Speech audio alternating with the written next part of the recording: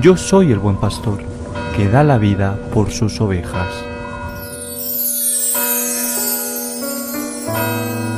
En aquel tiempo Jesús llegó a casa con sus discípulos y de nuevo se juntó tanta gente que no lo dejaban ni comer. Al enterarse su familia, vinieron a llevárselo porque se decía que estaba fuera de sí. Y los escribas que habían bajado de Jerusalén decían: tiene dentro a Belcebú y expulsa a los demonios con el poder del jefe de los demonios. Él los invitó a acercarse y les hablaba en parábolas. ¿Cómo va a echar Satanás a Satanás? Un reino dividido internamente no puede subsistir. Una familia dividida no puede subsistir. Si Satanás se rebela contra sí mismo para hacerse la guerra, no puede subsistir. Está perdido. Nadie puede meterse en casa de un hombre forzudo para arramblar con su ajuar si primero no lo ata. Entonces podrá arramblar con la casa. En verdad os digo, todo se les podrá perdonar a los hombres, los pecados y cualquier blasfemia que digan, pero el que blasfeme contra el Espíritu Santo no tendrá perdón jamás, cargará con su pecado para siempre. Se refería a los que decían que tenía dentro un espíritu inmundo. Llegan su madre y sus hermanos y desde fuera lo mandaron llamar. La gente que tenía sentada alrededor le dice: mira, tu madre y tus hermanos y hermanas están fuera y te buscan. Él les pregunta: ¿quiénes son mi madre y mis hermanos? Y mirando a los que estaban alrededor, les dice: estos son mi madre y mis hermanos. El que haga la voluntad de Dios, ese es mi hermano y mi hermana y mi madre. Palabra del Señor. Gloria a ti, Señor Jesús. Tantas enseñanzas en este Evangelio de hoy. Al menos tres importantes. Primera, dice Jesús que un reino dividido no puede sobrevivir. Eso le está pasando a la Iglesia. La Iglesia se ha enfrentado siempre con herejías, siempre. En cierto sentido siempre ha estado dividida, pero incluso en los tiempos más duros la cabeza estaba firme aunque el cuerpo estuviera dividido. Es imprescindible para evangelizar y para hacer frente al secularismo que nos está asfixiando y provocando una apostasía como nunca en la historia ni en las peores persecuciones. Es imprescindible que termine la confusión. Que un católico sepa qué significa ser católico, qué tiene que creer para ser católico, cómo tiene que vivir para ser católico, qué tiene que esperar para ser católico y cómo tiene que celebrar el culto a Dios para ser católico.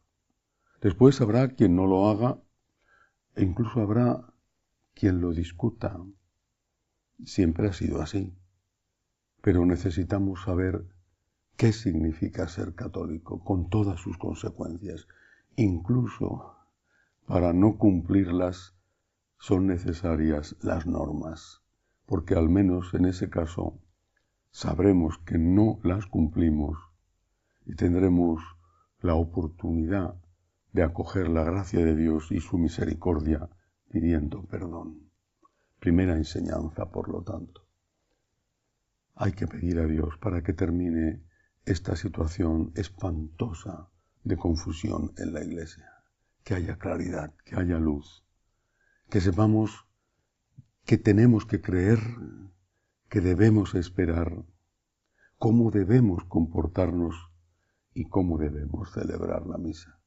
Si de parroquia a parroquia es como si te cambiaras de religión, así la situación, lo dijo el Señor, no puede ser, no podemos sobrevivir y el reino dividido se derrumba casa tras casa. Segunda enseñanza. Dicen de Jesús que tiene dentro a Belcebú, el demonio. Y lo dicen delante de su madre. Y él, delante de su madre, va a responder lo siguiente. Todo se le podrá perdonar a los hombres, los pecados y cualquier blasfemia que digan, pero el que blasfeme contra el Espíritu Santo no tendrá perdón porque cargará con su pecado para siempre. ¿Por qué dice esto? Porque no hay que olvidar que aquel 25 de marzo fue el Espíritu Santo quien cubrió con su sombra a la Santísima Virgen María. No fue un hombre, fue el Espíritu Santo. Jesucristo no tiene el espíritu del demonio, tiene el Espíritu Santo. Nuestro Señor, segunda persona de la Santísima Trinidad, se hizo hombre por la intervención de la tercera persona de la Santísima Trinidad, que es el Espíritu Santo.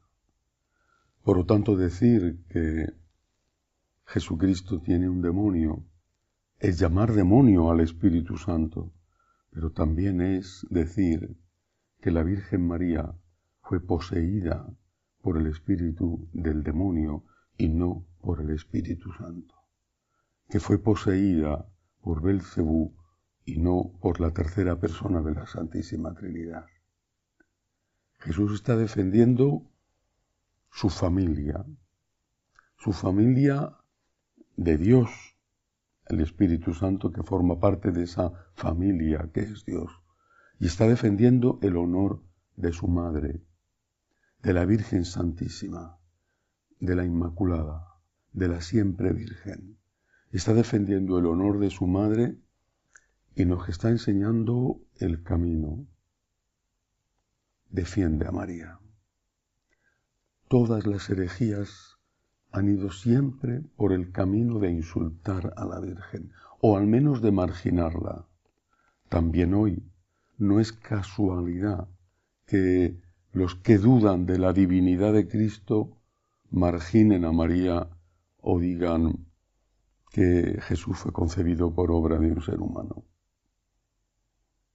Todo se les podrá perdonar a los hombres, menos esto, que digan que el Espíritu de Cristo es el demonio y que la Virgen no fue poseída por el Espíritu Santo, que Cristo no se encarnó por obra del Espíritu Santo, sino que digan que fue poseída por el demonio y que Cristo es hijo del demonio.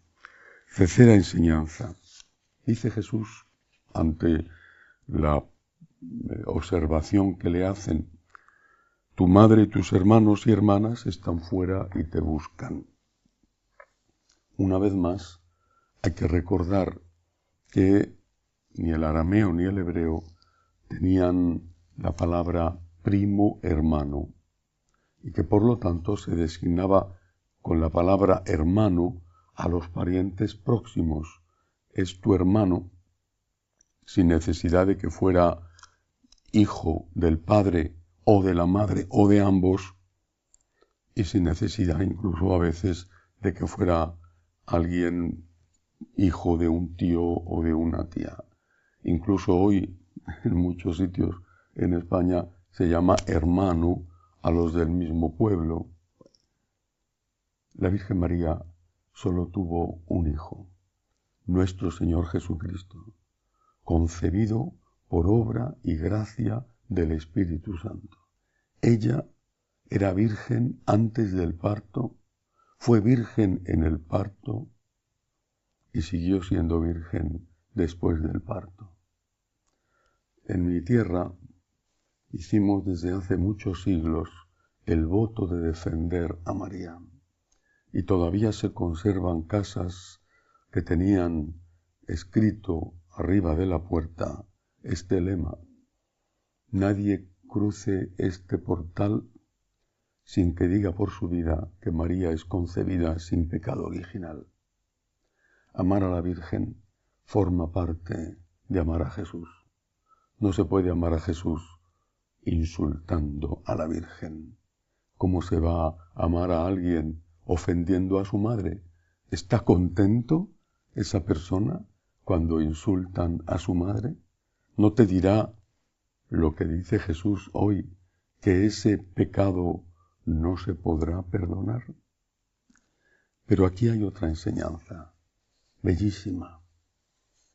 ¿Tú quieres ser la madre de Jesús? ¿El hermano, la hermana de Jesús? No puedes serlo por la sangre, pero puedes serlo por las obras.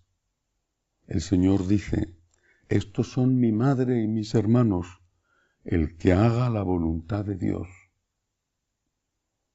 Tus obras te hacen familiar de Jesús. ¿Quieres imitar a María? Vive como ella.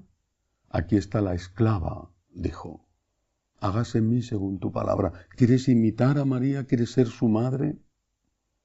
Fíate de Dios. Dale gracias a Dios. Pon a Dios en el primer lugar de tu vida.